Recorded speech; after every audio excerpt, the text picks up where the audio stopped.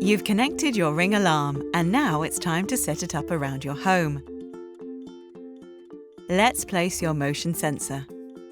A motion sensor looks for movement in a large area, while a contact sensor monitors one entry point. A motion sensor watches a room and senses if anything is happening anywhere in the room. A motion sensor works best when it's placed 2.1 meters high.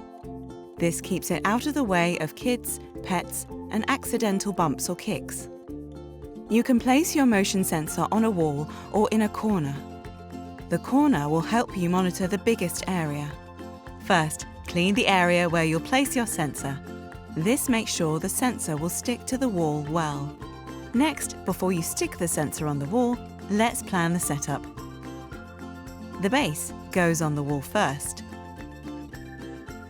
Then, place the sensor into the base. For more information about setting up your Ring devices, go to ring.com.